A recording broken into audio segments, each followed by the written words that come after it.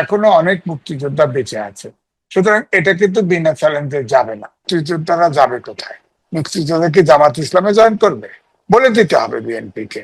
মুক্তিযোদ্ধারা যাবে কোথায়? মুক্তিযোদ্ধারা তো মুক্তিযোদ্ধার কাছেই আশ্রয় নেবে, মুক্তিযোদ্ধা তো রাজাকারদের কাছে আশ্রয় নেবে না। এটা কিন্তু মাথায় রাখতে হবে। সরকার কি আপনার স্বাধীনতা বিরোধী শক্তিকে পৃষ্ঠপোষকতা দিবে? মুক্তিযোদ্ধাদের দিবে না। আমার কথা হচ্ছে, অপরাধ করে থাকলে তার বিচার করেন, কোনো সমস্যা নেই। ফজলু ভাইও যদি অপরাধ করে থাকে তার বিচার করেন, কিন্তু আপনি তার ছবিতে জুতার মালা পরাবেন, তার বাড়িতে মব সন্ত্রাস করবেন, মব পাঠায় দিবেন, এটা তো যুক্তি না। আইন কোথায়? দেশের আইন কোথায়? আমার কথা, তার বাসায় বম গেছে সোমবারের দিন সকালে, যে পুলিশ গেল না কেন এখনো? এবং তারা কারা গেল, তাদের গ্রেপ্তার করা হলো না কেন? আমন্ত্রণ জানাচ্ছি প্রিয় দর্শক, মানচিত্র নিয়মিত আয়োজন কথোপকথনে। সারা দেশে মুক্তিযোদ্ধাদের বিরুদ্ধে এক ধরনের রোষ তৈরি হয়েছে বিশেষ একটি গোষ্ঠীর পক্ষ থেকে। আমরা দেখতে পাচ্ছি তারই ধারাবাহিকতায় বিএনপি চেয়ারপারসন উপদেষ্টা অ্যাডভোকেট ফজলুর রহমানের বাসার সামনে এক ধরনের মব ক্রিয়েট করা হয় সোমবার সকালে।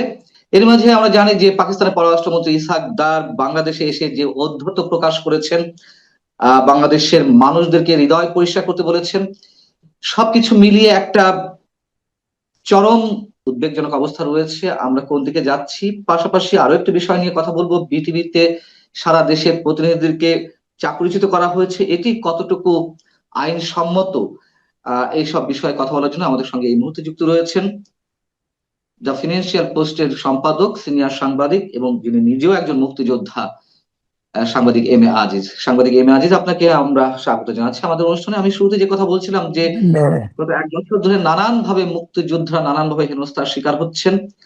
একটা বিশেষ সাম্প্রদায়িক গোষ্ঠী বা সরাসরি বললে মুক্তিযুদ্ধ বিরোধী গোষ্ঠীর টার্গেটে তারা পরিণত হয়েছেন। তার ধারাবাহিকতায় আমরা আশঙ্কা করছিলাম যে আপনাদের মতন যারা সিনিয়র সিটিজেন রয়েছেন, কথা বলছেন, অ্যাডভোকেট ফজলুর রহমান সহ, তাদেরকেও রোশনালে পড়া হতে পারে। আমরা দেখলাম যে সোমবার তার বাড়ির সামনে এক ধরনের মব ক্রিয়েট করা হলো, নানান ধরনের স্লোগান দেওয়া হচ্ছিল তার বিরুদ্ধে, এবং নিঃসন্দেহে নিরাপত্তা ঝুঁকির মধ্যে তিনি রয়েছেন। এইগুলো কি ধারাবাহিকভাবে চলতেই থাকবে? ধন্যবাদ আপনাকে। দেখেন, ফজলুর রহমান ফজলু ভাই, ইনি কিন্তু বিএনপির চেয়ারপারসনের উপদেষ্টা। বিএনপি মনে করেছে হয়তো সে কিছু বাড়তি কথা বলেছে, তার জন্য শোকজ করেছে, উত্তর দিলে যেটা হয় হবে। কিন্তু আমার বক্তব্য হচ্ছে, একজন মুক্তিযোদ্ধা, তিনি যদি বিএনপিতে থেকে তাকে বহিষ্কারও করে দেয়, তিনি মুক্তিযোদ্ধাই থাকবেন। এবং বিএনপি কিন্তু মুক্তিযোদ্ধারই দল, এবং বরাবর জামাত ইসলাম বহুদিন শুরু করে আপনার ভোটের ঐক্য ছিল তাদের সাথে। জামাত বিএনপির ঘাড়ে ভর করেই এতদিন রাজনীতি করেছে, এবং দেশ স্বাধীন হওয়ার পর থেকে কখনো জামাত ইসলাম নিষিদ্ধ ছিল। এই 24 সালে এসে হঠাৎ করে তারা উন্মুক্ত হয়েছে। তারা নিষিদ্ধ প্রত্যাহার করার পরে এই জন্য বিএনপির মহাসচিবও বলেছেন যে দক্ষিণপন্থীদের উত্থান ঘটেছে। দক্ষিণপন্থীর উত্থান আর মুক্তিযোদ্ধা সম্পূর্ণ অপোজিট। দক্ষিণপন্থার উত্থান ঘটলে মুক্তিযোদ্ধারা অপমানিত হতে হবে, এটাই স্বাভাবিক। কিন্তু মুক্তিযোদ্ধারা এখনো জানা দরকার যে দেশ স্বাধীন হয়েছে 54 বছর, এখনো অনেক মুক্তিযোদ্ধা বেঁচে আছে। সুতরাং এটা কিন্তু বিনা চ্যালেঞ্জে যাবে না। আমার বক্তব্য হচ্ছে, হ্যাঁ, আমরা মুক্তিযুদ্ধ করেছি দেশ এবং জাতির জন্য, আমাদের যেমন বাড়াবাড়ি করা উচিত, তেমনি মুক্তিযুদ্ধের যে আদর্শ, সেখানেও আমার মনে হয় সেই আদর্শ থেকেও আমাদের বিচ্যুতি হওয়া উচিত না। ফজলু ভাই তাকে শোকজ করেছে, তিনি জবাব দিবেন। আমার বিশ্বাস যে বিএনপি একটি মুক্তিযোদ্ধার দল, সেক্টর কমান্ডারের দল, স্বাধীনতার ঘোষকের দল, জিয়া রহমানের দল। আমার বিশ্বাস তার এই বিএনপিতে মুক্তিযোদ্ধার আশ্রয় হবে, আমি এটা বিশ্বাস করি। এবং আমার ধারণা এটা হতে পারে লোক দেখানো, শোকজও হতে পারে একটা চাপে পড়ে, কিন্তু বিএনপি আমার মনে হয় না ফজলুর বিরুদ্ধে কোনো শাস্তিমূলক ব্যবস্থা নেবে সাংগঠনিক ভাবে, এটা আমি বিশ্বাস করি না। কারণ তাহলে কিন্তু আমি বলবো যে মুক্তিযোদ্ধারা যাবে কোথায়? মুক্তিযোদ্ধা কি জামাত ইসলামে জয়েন করবে? বলে দিতে হবে বিএনপি কে। মুক্তিযোদ্ধারা যাবে কোথায়? মুক্তিযোদ্ধারা তো মুক্তিযোদ্ধার কাছেই আশ্রয় নেবে, মুক্তিযোদ্ধা তো রাজাকারদের কাছে আশ্রয় নেবে না। এটা কিন্তু মাথায় রাখতে হবে, এটাও জবাব কিন্তু দিতে হবে। এখন আমি বলবো যে মব আলাদা জিনিস। মব তো এই সরকার 5ই আগস্টের পরে মব যে অনেক ভাঙচুর হয়েছে।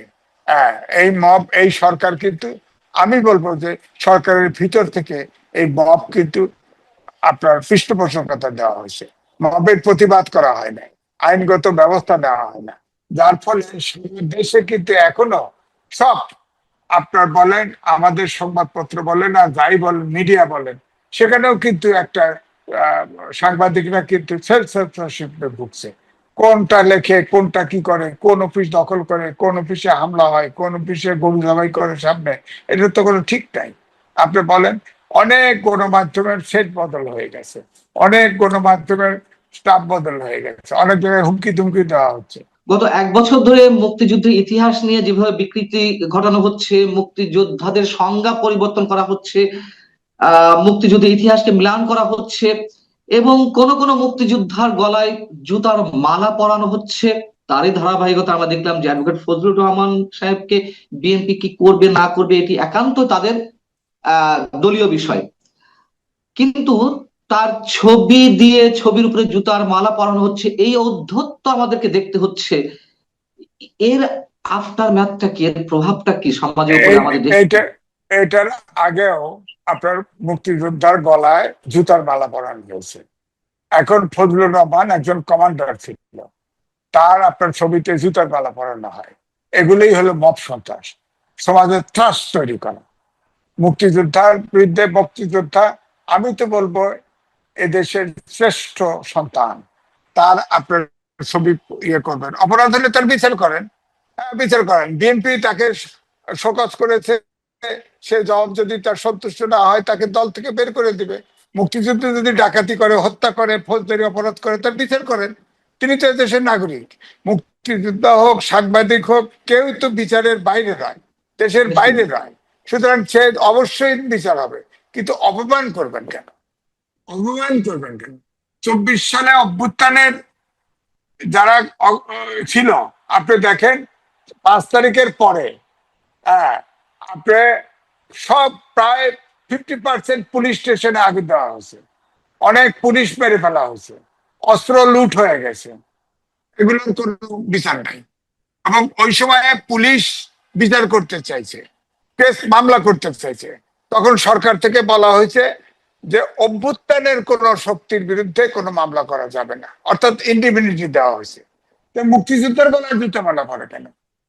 ওটা যদি হয় মুক্তিযোদ্ধার গলায়, অর্থাৎ এখন কি 24-এর, আমি তো বলবো যে তালিকায় সরকার কি আপনার স্বাধীনতা বিরোধী শক্তিকে পৃষ্ঠপোষকতা দিবে, মুক্তিযোদ্ধাদের দিবে না? আমার কথা হচ্ছে অপরাধ করে থাকলে তার বিচার করেন, কোনো সমস্যা নেই। ফজলু ভাইও যদি বিচার, অপরাধ করে থাকে তার বিচার করেন, কিন্তু আপনি তার ছবিতে গলা জুতার মালা পরাবেন, তার বাড়িতে মব সন্ত্রাস করবেন, মব পাঠায় দিবেন, এটা তো যুক্তি না। আইন কোথায়? দেশের আইন কোথায়? আমার কথা, তার বাসায় বম গেছে সোমবারের দিন সকালে, যে পুলিশ গেল না কেন এখনো? এবং তারা কারা গেল, তাদের গ্রেপ্তার করা হলো না কেন?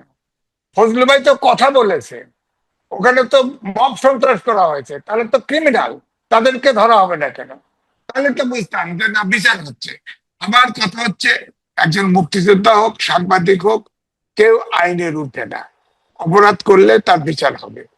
কিন্তু আপনি যিনি এই মুক্তিযোদ্ধা বা সাংবাদিককে মব সন্ত্রাস করবেন, আক্রমণ করবেন, জুতার মালা পরাবেন, জুতার তার ছবিতে জুতা পরাবেন, সেই ক্রিমিনাল তার ধরা পড়বে না, এরকম সমাজ তো মুক্তিযুদ্ধের সময় আমরা করি নাই। আমরা যে কোনো কারণেই হোক, মুক্তিযুদ্ধের প্রত্যাশা আমাদের পূরণ হয়নি। আমরাও মানবিক বাংলাদেশ চেয়েছি, আইনের শাসন চেয়েছি, সুশাসন চেয়েছি, বৈষম্যহীন সমাজ চেয়েছি, গণতন্ত্র চেয়েছি, এই জন্যই তো মুক্তিযুদ্ধ করেছি। 24 সালের ছাত্ররাও ঠিক শেষ পর্যন্ত বৈষম্যের বিরোধী, অর্থাৎ কোটা আন্দোলন করলেও শেষে রাজনৈতিক দলগুলি পতাকা অর্থাৎ ব্যানার বাদ দিয়ে তাদের সহযোগিতা করেছে। তারা ফেসিবাদের পতন চেয়েছে। ফেসিবাদের পতনের বিপরীত শক্তি যদি অর্থ বলেন, তাহলে মুক্তিযুদ্ধের কথাই বলে, এইটাই বলে, বৈষম্য বিরোধী চায়, চাই, মানবিক বাংলাদেশ চাই, আইনের শাসন চাই, সুশাসন চাই, গণতন্ত্র চাই, এটাই হয়। তো এটাতে দোষের কি হলো? এখন যদি তারা আমি এই জায়গা থেকে আরেকটা সম্পর্ক প্রশ্ন করতে চাই। পাকিস্তানের পররাষ্ট্রমন্ত্রী ইসহাক দার বাংলাদেশে এলেন।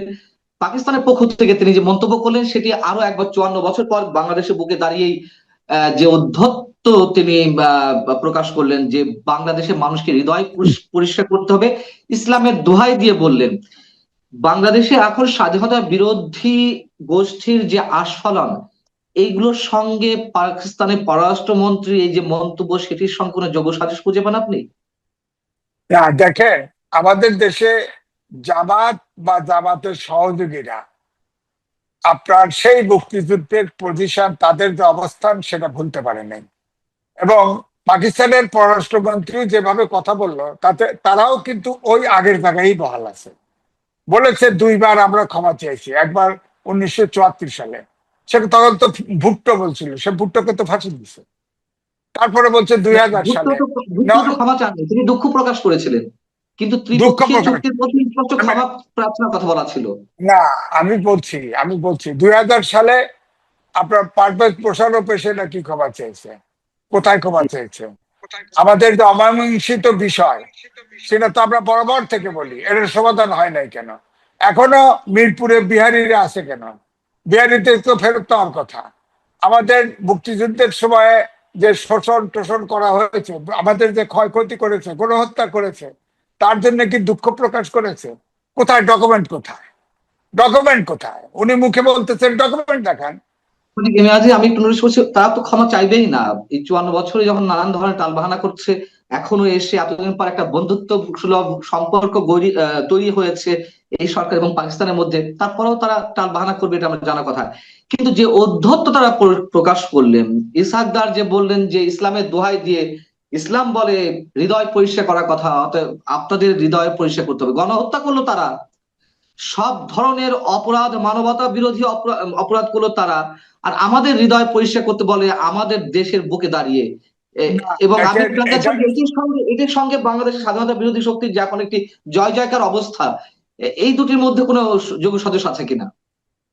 যোগসূত্র তো দেখাই যায়। আমার তো মনে হয় যে আপনার জামাত ইসলাম পাকিস্তানের পররাষ্ট্রমন্ত্রী হয়েছে, এতে খুশি হয়েছে। আপনার তারা যে গণহত্যা করেছে, তাদের কি হৃদয়টা পরিষ্কার ছিল তখন? এখন বাঙালি, বাংলাদেশের বাংলাদেশিরা হৃদয় পরিষ্কার করবে কেন? আপনি বলেন তো, ইমরান খানকে অকারণে জেলে পুঁতে রাখছে, তাদেরকে এই ইসাকদাররা পুঁতে রাখছে। ইসাকদার সরকারও তো এটার অংশ, তারা তো আর্মির লোক, তাদের হৃদয় আগে পরিষ্কার করুক। আমাদের তো ওই সময়ে আর্মি দিয়েই গণহত্যা করেছে। এবারে তো ইসাকদার নিজেও তো আর্মির লোক, তো তার হৃদয় পরিষ্কার কোথায়? তার হৃদয়ই তো বেশি আপনার কলুষিত। সুতরাং তিনি এটা বলতে পারেন না। আমার বক্তব্য হচ্ছে যে আপনার প্রতিবেশী দেশ বলেন আর বিশ্বায়নের যুগে সবার সাথে পররাষ্ট্র সম্পর্ক, ব্যবসা বাণিজ্য যা যা সম্ভব থাকবে, তবে অবশ্যই পাকিস্তানের সাথে কিন্তু এটা ব্যতিক্রম। পাকিস্তান আমাদের হিস্সা দিয়ে নিতে হবে। মুক্তিযুদ্ধের সময় গণহত্যা, আমাদের যে লুটপাট করেছে, এগুলোর হিসাব দিয়ে তারপরে তাদের সম্পর্ক হবে, এটা আমি মনে করি। এবং মুক্তিযোদ্ধা যে কেউ বলেন, যাকেই বলেন, মুক্তিযুদ্ধের পক্ষের শক্তি এটাই বলবে। আপনি দিকে দেখেন, বিএনপি যখন কথা বলছে তারা কিন্তু এই হিস্সার কথা বলেছে। এনসিপি বলছে, এনসিপি হত্যার নিয়ে এই হিস্সার কথা বলেছে। কিন্তু জামাত বলেছে সরকার সরকার আলোচনা করবে। কেন? আপনার রাজনৈতিক দল না? আপনার সরকারে যাওয়ার জন্য এখন নির্বাচনে এই পিআর পদ্ধতি কত কিছু চাইতেছেন, করতে পারেন না? পাথর তোলা, সাদা পাথর তোলার সাথে সব ঐক্যমত্য করতে পারেন, সরকার চালানোর নির্বাচনের জন্য ঐক্যমত্য করতে পারেন না? ওখানে তো সব আছে। সাদা পাথর তোলা সিলেটে তো সব দলের ঐক্য আছে। ওখানে তো ওখানে মাল কামানো যাবে, এই জন্য ঐক্য আছে। এখনো ঐক্য নেই। আমি একটু বলেন। বিটিভি প্রসঙ্গে যেতে চাই। আহ যেহেতু এই বিষয়টি খুবই সিগনিফিকেন্ট, বিটিভির সারা দেশের প্রতিনিধিদেরকে কারণ দর্শানো নোটিশ ছাড়া, কোনো ধরনের শোকজ নোটিশ ছাড়া সবাইকে চাকরিচ্যুত করা হয়েছে, সারা দেশের জেলা প্রতিনিধিদেরকে। এবং যাদের গেজেটের মাধ্যমে চাকরিতে নিয়োগ হয়েছিল, গেজেট প্রকাশের মাধ্যমে, আমি যতদূর জানি, এটি কি কোনো ধরনের আইনের মধ্যে পড়ে? না, পড়ে না। বিটিভি গণমাধ্যম এবং বিটিভি সরকারি। সুতরাং গেজেটের মাধ্যমে এটা সরকারি চাকরি যে বিধানে যাওয়া যাইতে পারে সেই নিয়ম অনুসরণ করেই চাকরি যেতে পারে। চাকরি যেতে পারে না এটা আমি বলছি না, বেতন যেতে পারে, কিন্তু ঢালাও ভাবে এই সরকারের সময় আপনি দেখেন এই বিটিভিতে ঢালাও ভাবে সকল সংবাদদাতার চাকরি খেলো। অবশ্যই গভর্নমেন্টের সরকারের কোনো না কোনো কর্নারের ইয়ে আছে, সম্পর্ক আছে এর সাথে, নাহলে বিটিভি ম্যানেজমেন্ট একবারে এটা খেতে পারে না। সুতরাং এটা তদন্ত হওয়া উচিত। এবং আমি বিটিভির সংবাদদাতা যারা আছে, যেহেতু গেজেটে তাদের চাকরি হয়েছে, তারা কিন্তু সরকারি, সুতরাং তাদেরও কিন্তু কোর্টের আশ্রয় নেওয়া উচিত সাথে সাথে, না, এবং কোর্টের তাদের আশ্রয় প্রতিবাদ নিয়েছে, করা উচিত। আমি আপনার জ্ঞাতার্থে একটু জানাই, তারা মামলাও করেছিল এবং হাইকোর্টের মাধ্যমে অ্যাপিলেট ডিভিশন যাওয়ার পরে অ্যাপিলেট ডিভিশনের মাধ্যমে এটি স্থিতি অবস্থা দেওয়া হয়েছে, অর্থাৎ তাদের চাকরিচ্যুত এই মুহূর্তে করা যাবে না, তারা যেভাবে ছিল সেভাবে থাকবে স্থিতি অবস্থা দেওয়ার পরও তাদেরকে কোনো কাজ করতে দেওয়া হচ্ছে না। এবং এই যে যারা চাকরিচ্যুত হয়েছেন তাদের অনেকে বয়স 40 থেকে 60 বছর পর্যন্ত, আর অল্প কয়েকদিন কাজ করলে তাদের রিটায়ারমেন্টে যাওয়ার কথা ছিল, তারা এখন মানবেতর জীবনযাপন করছে। এবং সবচেয়ে বড় কথা যে অ্যাপিলেট ডিভিশনের যে রায় স্থিতি অবস্থা সেটি দেওয়ার পরেও তাদেরকে কাজ করতে দেওয়া হচ্ছে না, আমি যতদূর জানি। না, সেটার দুটো পথ আছে। যেহেতু কোর্টে গেছে, তারা কন্টেম্প করতে পারে বিটিভির বিরুদ্ধে, এক। 2 নম্বর হচ্ছে, যেহেতু তারা গণমাধ্যমের কর্মী, তারা আন্দোলন করতে পারে। আন্দোলন করারও তাদের রাইট আছে, আর কারণ বিটিভি গণমাধ্যম, তারা আন্দোলন করতে পারে, আমরা তাদের সাথে থাকবো, এতে কোনো সন্দেহ নাই। যে কোনো ব্যক্তিরই হোক না কেন, চাকরি যদি অন্যায় ভাবে খায়, আমরা তো অবশ্যই প্রতিবাদ করব। অর্থাৎ এই সরকার কোন ভাবে কি হ্যান্ডেল করছে আপনি বলেন তো দেখি, কি করে সম্ভব? একসাথে পৃথিবীতে কোথায় আছে একসাথে অ্যাগ্রিগেট কার্ড বাতিল করে দেয়?